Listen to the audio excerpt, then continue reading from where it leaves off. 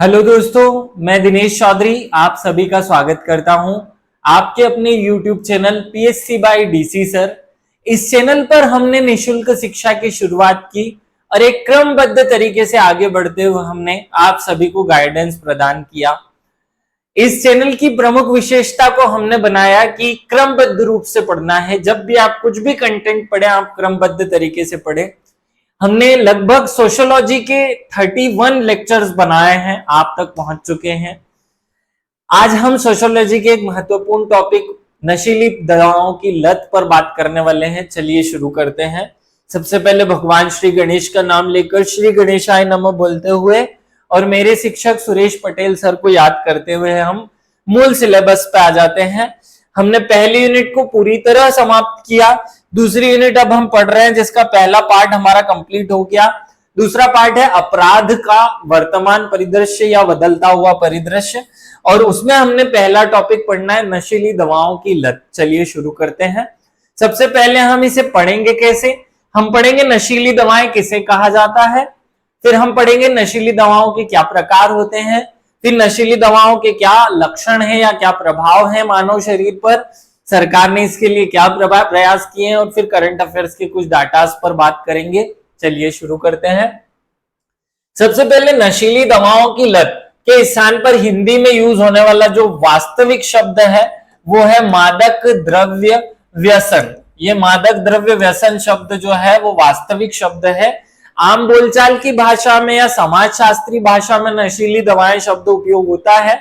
आप दोनों ही शब्द उपयोग कर सकते हैं। अगर आप मादक द्रव्य शब्द भी लिखेंगे तो कोई गलती नहीं है इसमें, ये पूरी तरह सही होगा। पहले मादक द्रव्य या नशीली दवा, इन शब्दों का अर्थ क्या होता है या नशीली दवा में क्या क्या दवा शामिल होती है, कौन सी चीज शामिल है, इस पर बात कर लेते हैं। चलिए शुरू करें। एक रासायनिक पदार्थ है। नशीली दवा क्या है, मादक द्रव्य क्या है, एक रासायनिक पदार्थ है जिसके कुछ शारीरिक और मनोवैज्ञानिक प्रभाव होते हैं। अगर अर्थात मनुष्य जब इसे ग्रहण करता है तो उसके कुछ शारीरिक और कुछ मानसिक प्रभाव शरीर पर देखने को मिलते हैं। यह द्रव्य व्यक्ति के साधारण शारीरिक प्रक्रियाओं और प्रकारों में परिवर्तन लाता है। एक बहुत कॉमन सी परिभाषा कि भैया ऐसा कोई पदार्थ जो मानव के शरीर में जाकर उसके शरीर और उसके मनोवैज्ञानिक प्रभाव दिखाए, साथ में उसके व्यक्ति के साधारण शारीरिक प्रोसीजर्स और उसके जो काम है बॉडी के, उन कामों में परिवर्तन करे, या तो उनको कम कर ले या ज्यादा कर ले या उनमें किसी भी प्रकार का परिवर्तन पैदा करे, वह सब पदार्थ मादक द्रव्य या नशीली दवा कहलाते हैं। लेकिन ये जो डेफिनेशन हमने पढ़ी है ये एक चिकित्सीय परिभाषा है, एक रासायनिक टर्म में परिभाषा है। अर्थात अगर मैं साइंटिफिक अप्रोच अपना लूं तो साइंटिफिक अप्रोच के बाद मेरी जो परिभाषा बननी चाहिए वो सामने है। लेकिन हम तो सोशियोलॉजी सब्जेक्ट पढ़ रहे हैं और सोशियोलॉजी तो एक मानविकीय सब्जेक्ट है, साइंटिफिक सब्जेक्ट है ही नहीं, तो फिर परिभाषा में कुछ अंतर आना चाहिए। वो परिभाषा आगे हम देखते हैं, पहले इसी को सरलतम रूप में और देख ले। यह द्रव्य रासायनिक प्रक्रिया द्वारा मानव शरीर की संरचना या स्ट्रक्चर और उसके कार्यों अर्थात वर्क्स पे प्रभाव करता है। यह परिभाषा जो है वो रासायनिक रूप से साइंटिफिक फॉर्म में दी जाती है। तो फिर इस नशीली दवाओं की समाजशास्त्र के हिसाब से क्या परिभाषा होती है वो देख लेते हैं। समाज शास्त्रीय परिभाषा कहती है मादक द्रव्य की, मादक द्रव्य वह द्रव्य है जिसका प्रयोग आदत बनाने के लिए किया जाता है। और ये बहुत इंपॉर्टेंट शब्द है।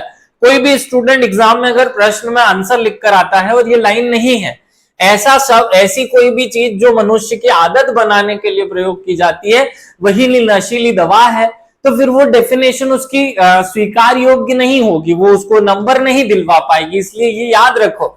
देखो एग्जामिनर ने भी कितने अच्छे से लिखा है, आपको टॉपिक लिख कर दिया है नशीली दवा की लत। ये जो शब्द है लत, लत मतलब होता है आदत, तो किसी भी चीज की आदत मतलब लत बनाना। और ऐसा कोई भी कंटेंट जिसको लेने से उसकी आदत बन जाती है वो सब नशीली दवा है। भले वो बीड़ी हो, भले वो सिगरेट हो, भले वो दारू हो, हीरोइन हो, कोकीन हो, कुछ भी हो। अगर आप रोज एक नींद की गोली लेते हैं और उसके बिना आपको नींद नहीं आती है तो ये भी नशीली दवा है आपके लिए।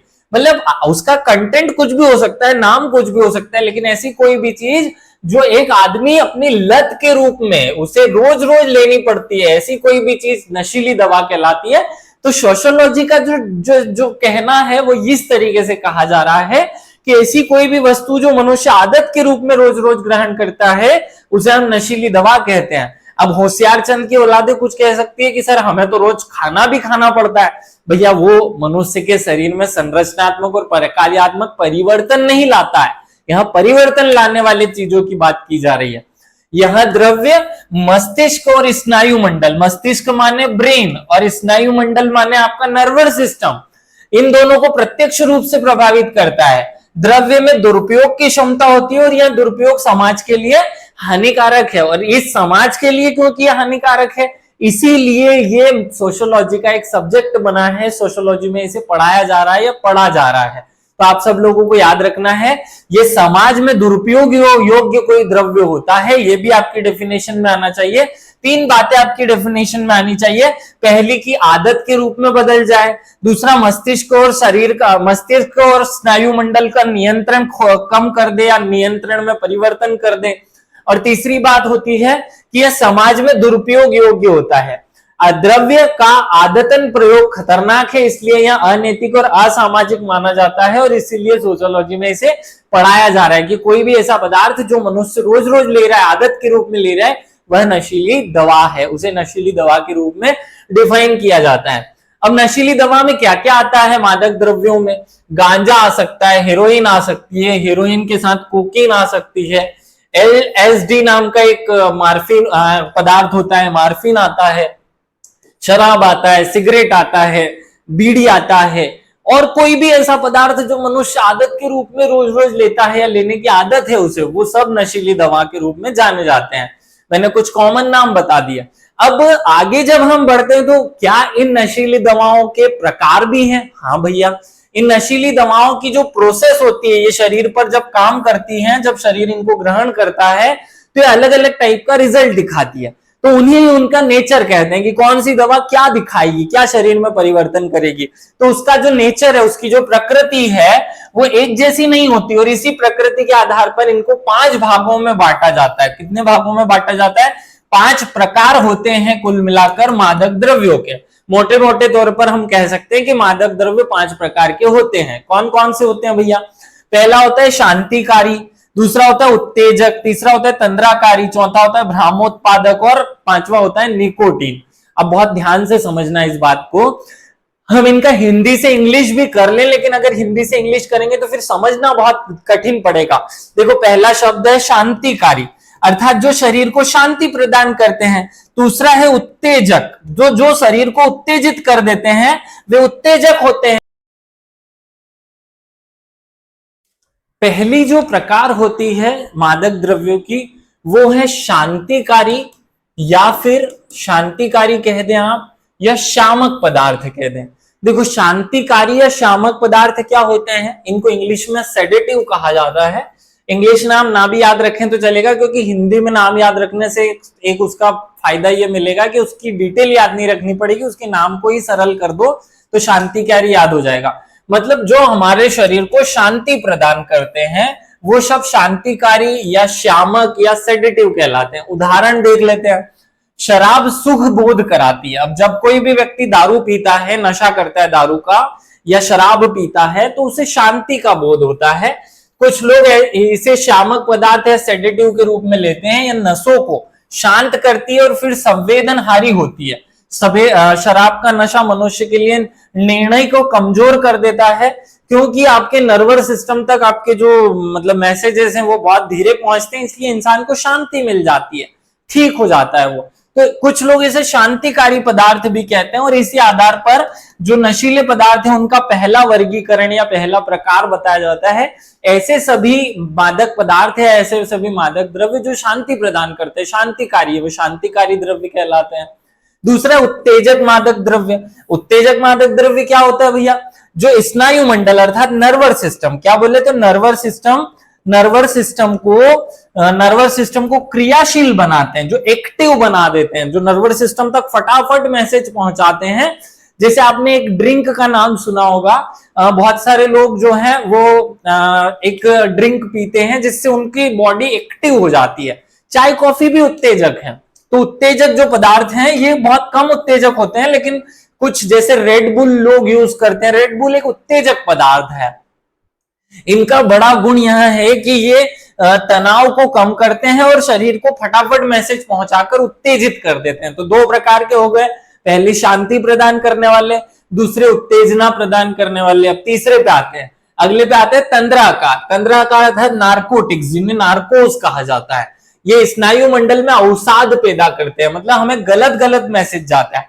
अगर आप देख रहे हैं तो आपको जो आपकी आंखों ने देखा वो दिमाग को कुछ और ही दिखाई देता है, मतलब तंद्रा पैदा कर देते हैं।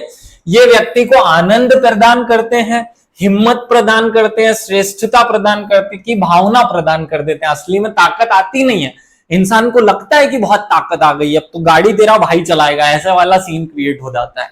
तो तंद्राकार पदार्थों में अफीम आती है, हेरोइन आती है, स्मेक आता है, ब्राउन शुगर आती है, मारिजुआना आता है, मार्फिन आता है, पेडिटीन आता है, कोकीन आता है, चरस, गांजा, भांग, ये सब पदार्थ जो हम ले रहे हैं ना कि गाड़ी तो अब तेरा भाई चलाएगा, वो वाले जितने भी पदार्थ है, खैर दारू के बाद भी होता है लेकिन वो अलग प्रकार का, वो शांति प्रदान करने वाला है। खूब सारी दारू पी ली तो क्योंकि उसमें भी इनमें से कुछ थोड़ा बहुत मात्रा होती है पदार्थ की, इसलिए ऐसे रिएक्शंस मिलेंगे। तो तंद्राकारी पदार्थ जो तीसरे प्रकार के मादक द्रव्य होते हैं। अगला चौथे वैरायटी के मादक द्रव्य होते हैं भ्रमोत्पादक, जो हमें भ्रम पैदा करते हैं। आप जब देखो नजर से तो आपको एक की बजाय दो दो फोटोकॉपी नजर आने लगे, चार दिखाई देने लगे, ऐसे जो है वो भ्रमोत्पादक होते हैं। वस्तुओं की विकृतियां पैदा करते हैं। ऐसे पदार्थ में LSD नाम का जो ड्रग है वो होता है। यह पदार्थ नमक के दाने से भी छोटा होता है और इसे इंजेक्शन के माध्यम से जो रोगी होते हैं वो लेते हैं। सामान्यतः ये सारी चीजें जो है वो चिकित्सा में उपयोग होने वाली चीजें। अब आप बोल रहे होंगे कि चिकित्सा में उपयोग होने, हाँ, सभी डॉक्टर्स इन सब चीजों का उपयोग हमारा इलाज करने के लिए करते हैं, लेकिन मनुष्य उनका दूसरी तरीके से उपयोग करता है, मजे लेने के लिए, तब जाके ये हानिकारक हो जाते हैं। आगे बढ़ते हैं। अगला पांचवा जो है वो निकोटीन है। निकोटीन क्या होता है? यह एक ऐसा नशा है जो सिगरेट, बीड़ी, सिगार, चुरूट, नाश, तंबाकू आदि के माध्यम से, और इवन चाय और कॉफी में भी निकोटीन होता है, थोड़ी कम मात्रा में होता है, से प्राप्त होता है। इस नशे में भी शरीर को जोखिम रहती है। इसका प्रयोग दिल की बीमारी, फेफड़े और फेफड़े के कैंसर को पैदा करने या प्रभावित करने या एक्टिव करने में होता है, या ये बीमारियां इससे हो सकती है। कुल मिलाकर हमने 5 प्रकार के क्या किया, हमने 5 प्रकार के मादक द्रव्य, 5 प्रकार के मादक द्रव्य जो है या इनको 5 प्रकारों में डिवाइड किया। पहला हमने बोला शांतिकारी, दूसरा होता है भ्रामक, तीसरा होता है उत्तेजक, तंद्राकारी, और 5वां हमने पढ़ा निकोटीन। क्योंकि निकोटीन की एक अलग कैटेगरी इसलिए बनाई गई क्योंकि ये बहुत समय लेते हैं हमारे शरीर को प्रभावित करने में। आगे बढ़ते हैं, हम वर्तमान स्थिति देख लेते हैं कि भारत में टोटल कितने नशेड़ियां हैं, या टोटल कितने प्रकार के नशे, कितने लोग नशे करते हैं। चलिए देखते हैं। भारत 2 प्रमुख ड्रग उत्पादक क्षेत्रों, भारत जो है, अगर हम मैप में देखें, देखिए हम मैप बना लेते हैं भारत का, तो भारत के मैप में यहां पर एक ड्रग उत्पादक क्षेत्र और एक ड्रग उत्पादक क्षेत्र यहां है। इन 2 ड्रग उत्पादक क्षेत्रों, ईरान, अफगानिस्तान और पाकिस्तान ये वाला क्षेत्र है जिसे हम गोल्डन ट्रायंगल कहते हैं, और दूसरा वाला, सॉरी, गोल्डन क्रिसेंट कहा जाता है इस हिस्से को, इसे क्या कहा जाता है? Golden crescent. और दूसरा है गोल्डन ट्रायंगल जो कि यहाँ है, जिसमें आता है थाईलैंड, लाओस और म्यांमार। हम इन दोनों ट्रायंगल्स के बीच हैं। तो क्योंकि यहां भी बहुत ड्रग पैदा होता है, यहां भी बहुत ड्रग पैदा होता है, और यहां से पूरी दुनिया में ट्रांसफर होता है, इसलिए भारत केंद्र बिंदु है दोनों स्थानों का। इसलिए भारत में इसकी नशीले पदार्थों का सेवन ज्यादा मात्रा में होता है।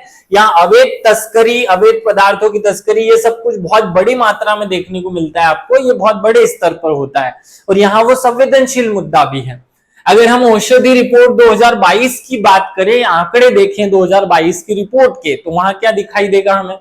संयुक्त राष्ट्र मादक पदार्थ जो UNODC नाम का कार्यालय है यूएनओ का, वो इस रिपोर्ट को 2022 में जारी किया। उसने कहा कि भारत में 2019 में विश्व भर में 7% अफीम, मतलब पूरे दुनिया में जितना अफीम पैदा हुआ, खाया गया, उसमें से 7% और 2% हीरोइन भारत में उपयोग किया गया है, जब्त किया गया। भारत दुनिया के सबसे बड़े अफीम उत्पादक बाजारों में से एक है, या ज्यादा यहाँ पर इसका कंजप्शन होता है। यहाँ शराब, अफीम, देशी शराब, हशीश, मारिजुआना स्वतंत्र रूप से उपलब्ध है, जिसे जब चाहिए वो जुगाड़ तुगाड़ करके इनका अरेंजमेंट कर सकता है, भारत में आसानी से उपलब्ध है। और आगे बढ़ते हैं, भारत सरकार ने नशे की स्थिति पर जो रिपोर्ट के नए आंकड़े पे बनाए वो देख लेते हैं। भारत के 10% से अधिक आबादी अवसाद, न्यूरोसिस और मनोविकृति सहित मानसिक विकारों से पीड़ित है। कुल मिलाकर की भारत की 10% जो आबादी है वो किसी न किसी प्रकार से मानसिक विकृति या मानसिक रूप से टेंशन में है, इसलिए वो नशीले पदार्थों का सेवन करते हैं।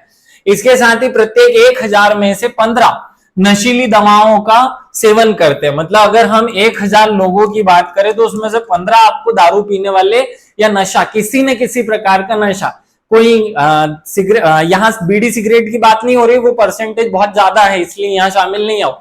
यहाँ केवल नशीले पदार्थों में बीड़ी निकोटिन वाली चीजों को छोड़ करके शामिल किया गया है। तो कुल मिलाकर 15% लोग जो है शराब इसमें शामिल है। 15% लोग नशीली दवाओं का सेवन करते हैं। प्रत्येक 1000 में से 25 व्यक्ति क्रोनिक अर्थात स्थायी रूप से शराब का सेवन करते हैं। मतलब 25 लोग तो 1000 में से ऐसे जिनको शराब ना मिले तो सुबह उठे ही, उनका मतलब उनका मुंह का कुल्ला ही जो है वो कुल्ला होता है उनका शराब से। वो इस प्रकार की बात की जा रही है। राष्ट्रीय अपराध रिकॉर्ड ब्यूरो नाम का जो संगठन है हमारे यहाँ, एनसीआरबी कहा जाता है, उसकी रिपोर्ट 2021 के अनुसार नशे की लत के कारण 10,000 से अधिक लोग हमारे यहाँ हर साल मर जाते हैं। भारत में 10,000 से अधिक लोग प्रतिवर्ष नशे के कारण मर जाते हैं, नशे से होने वाली उत्पन्न बीमारियों से मर जाते हैं।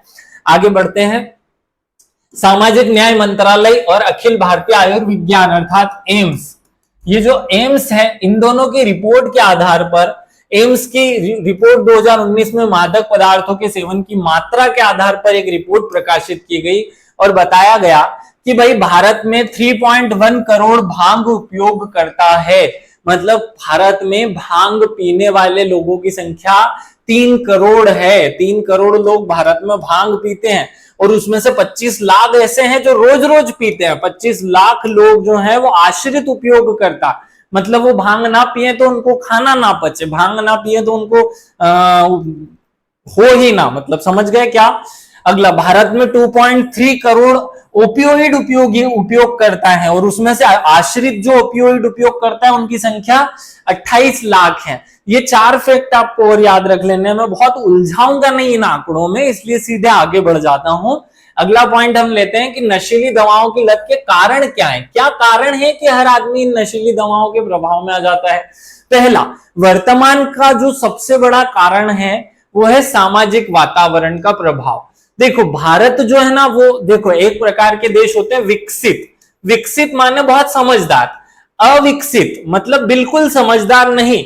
अब भारत ना तो बिल्कुल गंवार है और ना समझदार है। भारत इनके दोनों के बीच की जो संक्रमण की कड़ी होती है, मतलब यहाँ क्या है, संक्रमण कालीन अवस्था अर्थात विकासशील अवस्था में है। और विकासशील अवस्था में क्या होता है, निर्माण चलता रहता है। इसीलिए यहाँ सबसे बड़ी जो समस्या है वो सामाजिक वातावरण की है। हम देखते इनको हैं, स्थिति हमारी ये है और हम करना इनके जैसा चाहते हैं, जिस कारण से बहुत न्यूसेंस क्रिएट हो जाता है। ठीक है, बुरी संगत का प्रभाव, ये तो सार्वभौमिक सत्य है कि भैया बुरी संगत का प्रभाव बुरा ही होगा, तो बुरी संगत का प्रभाव भारत में बहुत ज्यादा है। युवाओं की दिशाहीनता, हमारा जो युवा यूपीएससी एमपीपीएससी की तैयारी करने के लिए आता है वो यहाँ आकर क्या करता है आपको सबको पता है, दिखावे की दुनिया। अब आजकल जो नशा है वो दिखावे के लिए किया जाता है। 4 दोस्त बैठे पीने, अब एक दोस्त दूसरे के सामने से ज्यादा पीने की कोशिश कर रहा है और इस चक्कर में उनको आदत पड़ जाती है दिखावा करने में। फिर बेरोजगारी का उच्च स्तर, आदमी परेशान भी है इसलिए भी पीता है। सिनेमा और शहरी चकाचौंध, ये जो सिनेमा है इसने आधे बच्चों को बिगाड़ रखा है। सिनेमा में ऐसी बातें सिखाई जाती की जाती है जिससे और ज्यादा भ्रामक चीजें पैदा होती है। पारिवारिक स्नेह का अभाव, बहुत सारे बच्चे घर से दूर रहते हैं या बहुत सारे लोग अकेले रहते हैं, इस कारण से भी वो पीना शुरू कर देते हैं। फैशन की दौड़, गुण निराशापूर्ण जीवन शैली, शिक्षा स्तर में पश्चिमीकरण, क्योंकि पश्चिम में ठंडे देश हैं। अब ठंडे देशों में मूल रूप से शराब पीना की सामाजिक मान्यता है, क्योंकि आदमी शराब नहीं पिएगा तो जम जाएगा, शराब नहीं पिएगा, शरीर को गर्म रखने के लिए वहां रम पी जाती है, विस्की पी जाती है।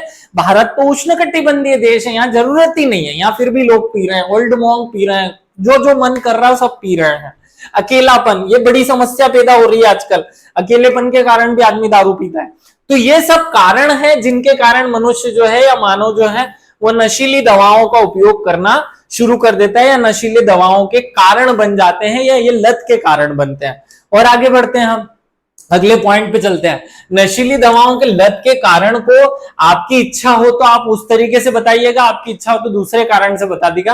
कि नशीली दवाओं का पहला कारण शारीरिक भी हो सकता है। देखो, दो तरीके से इसके प्रश्न पूछे जा सकते हैं, या तो 7 नंबर में पूछा जाएगा, तो जब 7 नंबर में पूछा जाए तो सीधे वन लाइन में एक एक बातें कह करके खत्म कर लेना। अगर यही प्रश्न नशीली दवाओं की लत के कारण 10 मार्क्स में पूछा जाए तो फिर इस फॉर्मेट पे मत लिखना, फिर आप लिखना इसे इस तरीके से। शारीरिक कारण, शारीरिक कारण क्या हो सकता है? किसी के मम्मी पापा पीते हैं, अनुवांशिक रूप से सब पी रहे हैं तो वो भी पिएगा। जैसे आपने देखा कि ताड़ी, हमारे झाबुआ अलीराजपुर में ताड़ी का बहुत प्रचलन है, सब पीते हैं इसलिए ये भी पी लेते हैं, ऐसा भी प्रचलन में है। आगे बढ़ते हैं, व्यक्तिगत या मनोवैज्ञानिक कारक। मनोवैज्ञानिक में क्या हो सकता है? वो जो हमने लिखे, अलगाव की भावना, अकेलेपन की भावना, फिर अपूर्णता की भावना, मनोविकार, ये सब बातें जो है व्यक्तिगत या मनोवैज्ञानिक कारकों में आती है। सामाजिक परिवेश, सामाजिक परिवेश में क्या आता है? कोई कोई समाज ही नशीले पदार्थों को मोटिवेट करता है। जैसे जो उच्च समाज है उसमें जनरल कैटेगरी में क्षत्रियों में सामान्यतः ये प्रचलन देखा गया है, सब जगह पाया जाता है, मैं ऐसा नहीं बोल रहा हूं, लेकिन अधिकांश क्षत्रिय समाजों में शराब पीने को आन बान शान की बात मानी जाती है, वहां स्त्रियां भी पी लेती है कभी कभी।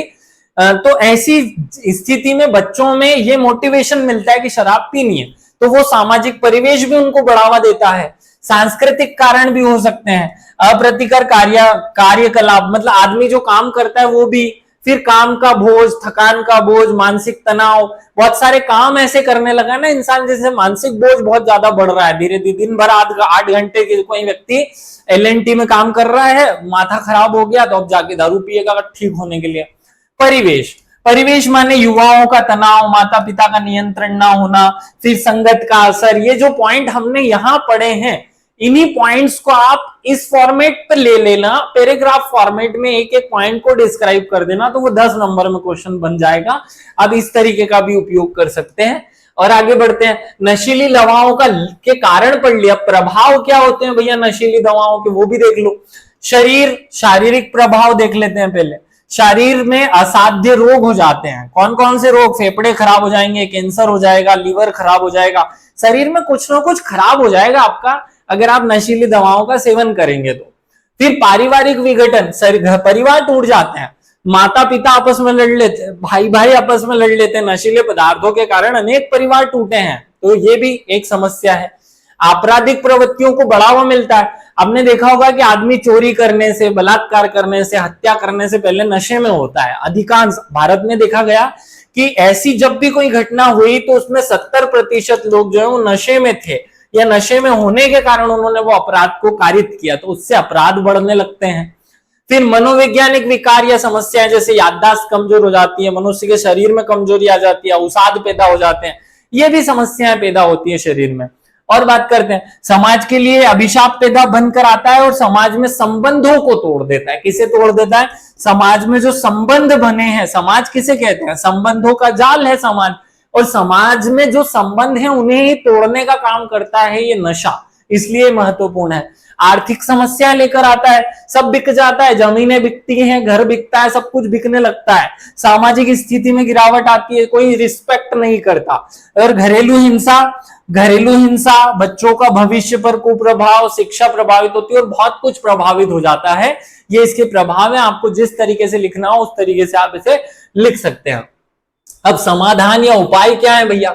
उपाय भी बता देते हैं। कुल मिलाकर पहली बात जागरूकता, क्या हो? सबसे इंपॉर्टेंट, हर एक चीज में जो भी कोई दुनिया की समस्या है उसका निदान है जागरूकता। क्या है?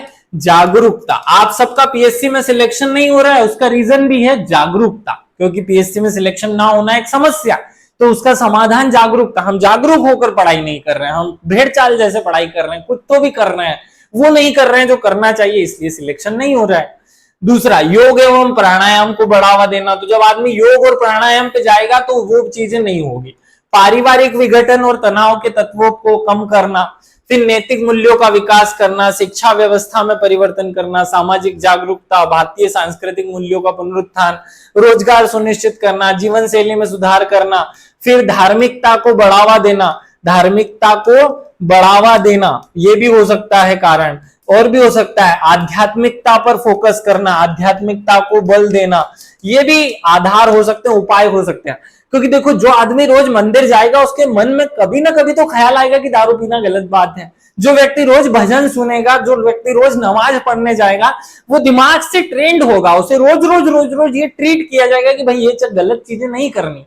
भले ही कुछ लोग ऐसे अपवाद होते हैं जो मंदिर भी चले आते हैं, फिर दारू भी पी लेते हैं, मंदिर भी चले आते हैं, हीरोइन भी खाते हैं, लेकिन फिर भी समाज में इन सब चीजों से एक प्रकार का नियंत्रण स्थापित हो सकता है। समाज में जितना ज्यादा धर्म का प्रभाव होगा उतना ज्यादा मनुष्य धार्मिक होगा और सामाजिक नियंत्रण बढ़ेगा, जिससे नशा और ये सब चीजें, अपराध सब कम होंगे। ये बहुत सार्वभौमिक सी बातें हैं। समाधान या उपाय और बता देते हैं। नशा मुक्ति केंद्रों की संख्या में वृद्धि कर दे अगर भारत सरकार, तो भी नशे की संख्या या इनको कम किया जा सकता है। जब नशा किसी व्यक्ति को जकड़ लेता है तो पुनर्वास करना होता है उसका, तो पुनर्वास केंद्रों की स्थापना कर दी जाए और उनको निशुल्क रूप से चलाया जाए।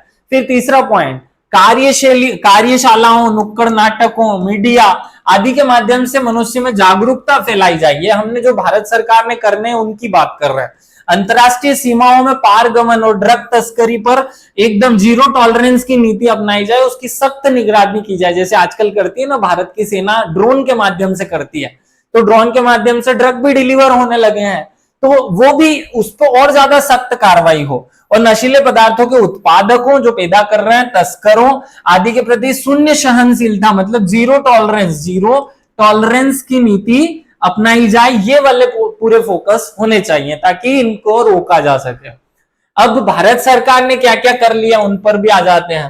देखो, भारत सरकार ने सबसे पहला एक कानून बनाया जिसने नशीले पदार्थों की परिभाषा और नशीले पदार्थों पर रोकथाम के लिए उपाय करना शुरू किया, और उसका नाम है नारकोटिक ड्रग्स एवं साइकोट्रोपिक सब्सटेंशन, अर्थात एनडीपीएस एक्ट। कब आया था एनडीपीएस एक्ट? 1985 में आया। इसके तहत नशीली दवाओं की मात्रा, उनके सेवन करने के तरीके, तस्करी के सिस्टम आदि सबको परिभाषित करके उनके लिए सजा का प्रावधान किया गया। मादक द्रव्यों के नियंत्रण के लिए राष्ट्रीय कोष बनाया गया। कब बना? ये भी इसी अधिनियम से 1985 में बना। नार्को समन्वय केंद्र बनाया गया ताकि नशीले पदार्थों की जो बहुत सारी ब्रांचेस हैं उनमें आपस में समन्वय स्थापित किया जा सके।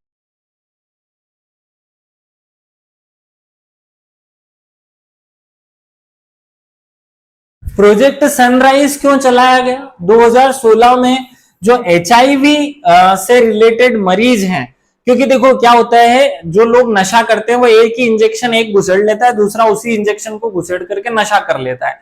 इससे क्या होता है, एक व्यक्ति के रोग, क्योंकि खून उसके दूसरे व्यक्ति में ट्रांसफर हो रहा है, तो इससे रोग भी फैलते हैं और इससे एचआईवी फैल रहा था। इसको रोकने के लिए हमने प्रोजेक्ट सनराइज चलाया। भारत के जो पूर्वोत्तर राज्य हैं वहां पर ये ज्यादा मात्रा में था, वहीं चलाया गया। आगे बढ़ते हैं। नशा मुक्त भारत अभियान 2020 में चलाया गया और इससे बहुत अच्छे रिजल्ट आए। भारत में नशे के रोकथाम का सरकार ने जो प्रयास किया उसके अच्छे रिजल्ट देखे गए। हम इस टॉपिक में सारे डायमेंशंस को पढ़ लिए हैं। नशा क्या होता है, नशे के प्रकार कितने हैं, नशे की स्थिति क्या है, नशे की रोकथाम के उपाय क्या है, नशे के कारण क्या है, नशे को रोकने के लिए भारत सरकार ने क्या क्या कदम उठाए, और निष्कर्ष देख लेते हैं। कहा जा सकता है कि नशीली दवाओं की लत समाज के अस्तित्व पर बहुत बड़ा खतरा है। नशे की लत दीमक की तरह समाज को खोखला बना रही है, क्योंकि देखो जहां समाज है, समाज शब्द का मतलब होता है संबंधों का जाल। क्या होता है? संबंधों का जाल। और जो नशा है वो इन संबंधों को तोड़ देता है, तो समाज पे ही खतरा नजर आने लगता है। इसलिए आवश्यक है कि समाज को नशीली दवाओं के सेवन से जुड़े कलंक को समाप्त करने के लिए नशा करने वाले लोगों को अपराधी ना समझकर उन्हें पीड़ित समझते हुए उनका उपचार करना चाहिए। हमें फोकस करना चाहिए उनके ट्रीटमेंट पर। हम क्या करते हैं, कोई भी व्यक्ति नशे पदार्थ का सेवन कर रहा है, हम उसे अपराधी मान लेते हैं।